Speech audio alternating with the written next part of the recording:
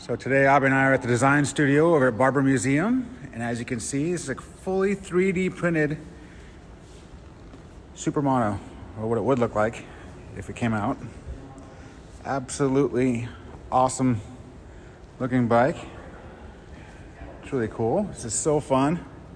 So thankful for Barber to invite us over here. This is great. And here you see Abby checking out these incredible machines. Look at that. That is so amazing. Kind of like the whole half bike look. Easier to work on, at least that side anyway. And on this side, here we have another one. Looking for the RoboCop themed look. Very futuristic. I love this place. This is truly my heaven.